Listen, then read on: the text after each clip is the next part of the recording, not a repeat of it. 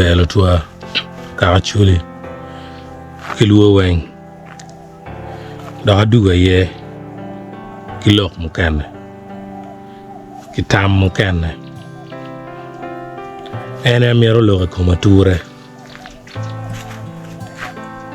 en man mi deo mi lenge abi chao wi lokani kila pen ena yene ian mai ti wa ni mana ga yang mo kuni ngato mo do mi na ture bet honest typing you recommend kai tiki chawa ana bi mi la gamang an mana ya ko na ngar mo ger po mi ture ba you bet honest put pa no to work bon ngamo and to gin ma ana ngeo da to very sure yeni kan yana ma da pelo abino to ma duong lawe ma gwak gon changu da abino mo for kon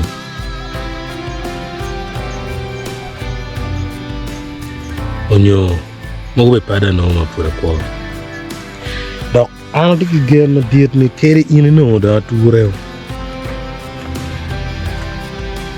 I'm being no about girlfriend, your boyfriend. No more official career. Catchy, no.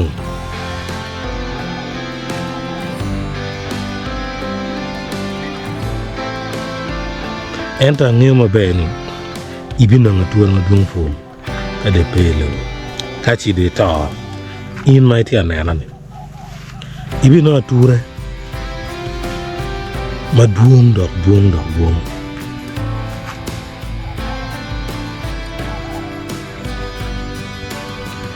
Now, kachi ni wapenywiwa atuore mo tiche ngom. Kado ngopate cauliflower makichamo ni atuore tiche mideno piny for decoration. But also one mongeo maber ni pola ka dano tiu ka atuore minyuto ma bola reme bot dawne bot ngamo ken ma eno ni maro dano tiu ke ture nyuto ma. I'm sorry, I hope I'm not making any mistake, but weka mi la bol kom Daniel Soccer tin ko no royo pe soccer ken aron ko anyu je ko bula ya kerengere John inuni kar magieno pourquoi ndano pe marge sincerely duonga dano pe marde ko bula dano do chako mar manun ko ne pe and also bot soccer duonga dano be no loko maraje ko nyuruni duonga dano no pe gi mar soccer man soccer dum pe duonga dano tika mar en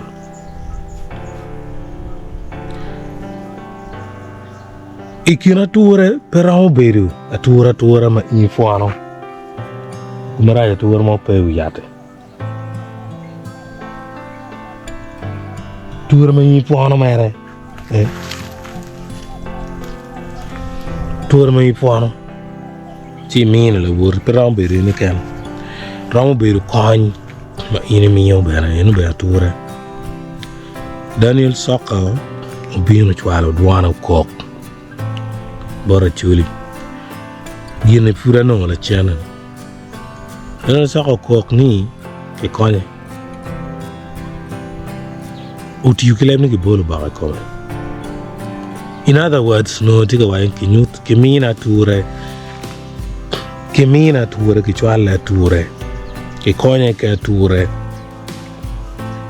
kinyute ma wa pio die chana pe Chim carriero ke gang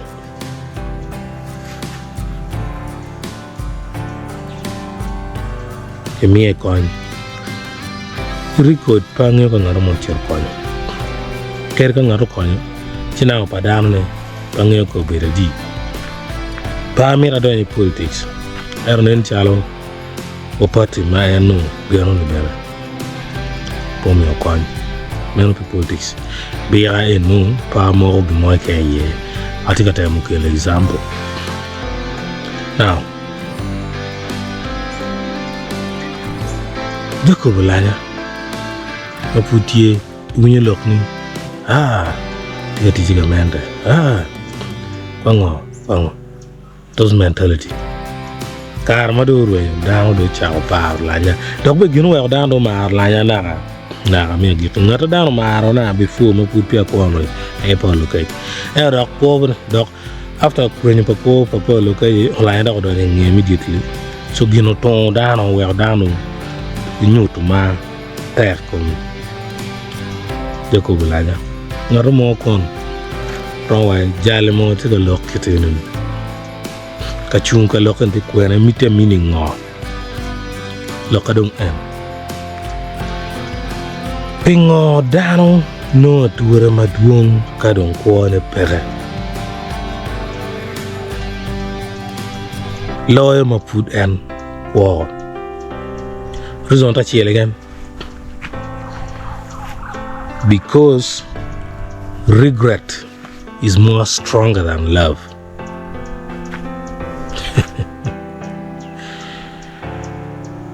Regret is more stronger than love.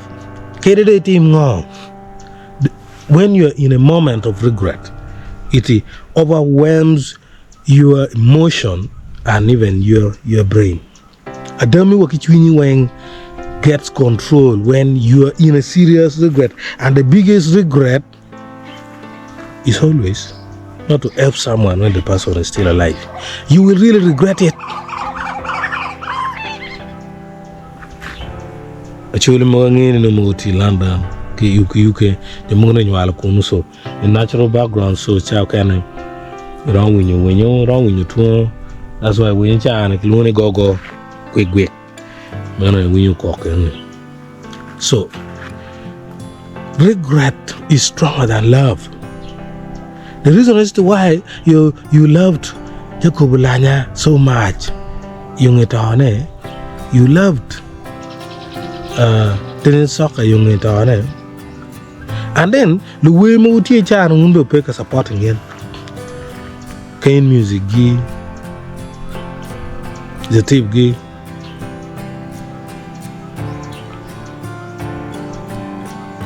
Louis Madon, doom one in Uganda. And talking now, you child support fake a bully get to her. You will regret a lot. I'm not saying we should be thinking about or be discussing about but locomotive ni guru come because the best example T come down dung chao nyutu mama tek no de ta rano chilling de william atura dong ber ki besen because regret is stronger than love. Man pere bot ka churi ken ene pere bot ka churi ken ene is human nature makachi yin pe analyzing niango she be falling a victim of Natmatemu Kitgani.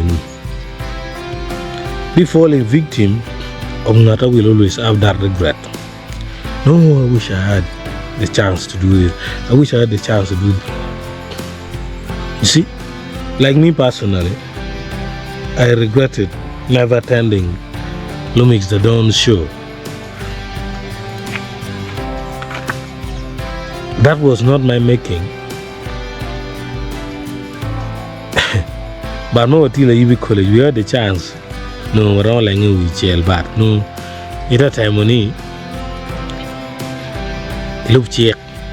He do gang by town and look check by one in the world. Piano to gang one. Car madong Cherka don campus. And I don't mix one with our money. So I did not get the chance to attend his show, to support him, to cheer to him. That thing hurts me and haunts me, and it will haunt me forever. I've given my example. If you're really honest to yourself, then you have an example. Kongdung wan majala chuli. Let's try to start spreading love when someone is alive.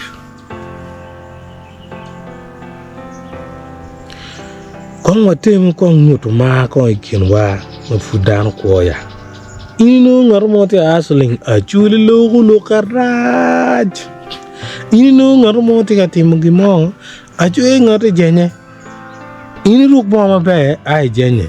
Ini ruk boma de semo jale dong pion loyo. Keri bedi enu human nature ba. Level le do kar ya. Achuli.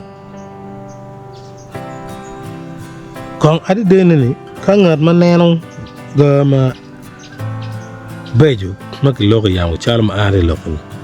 Kong dong ku tem teach. I'm very sure ni kikinu jo mamwagi. Mo in meti na ne mo mo ni lo mo na. Ento Kong dong pe pa pe mo take a look to making sense. Examples wrong. I don't mean to blame Jomati Wow. But they could also do a lot. Unemployment in Lamal. Joka and Kino Chow Becha Harmonier support. Nobody sees. But Kakamukanani diaspora community ye don't tell when pay. Touching pay. So example let me do ata Dung dok wong chi wati mo be wacha ko mi na ture nyogin ma le dan sakalo no ba o buli ba ko dan ma pudam ko work to a be victim of the strength of regret of a love angi we ko I'll be where to Rasta Cobra. Ana pui man tek to 12 programming tilon tampa Maktunu bino chawa chielwen makale mo noni 7 p.m. ma time megaloni UTC +3 ma designing chawa ni piano gene February churi wen kamo kana gendi ye no at least down pon yana charo ana po fudo binon banenda e vidi mukana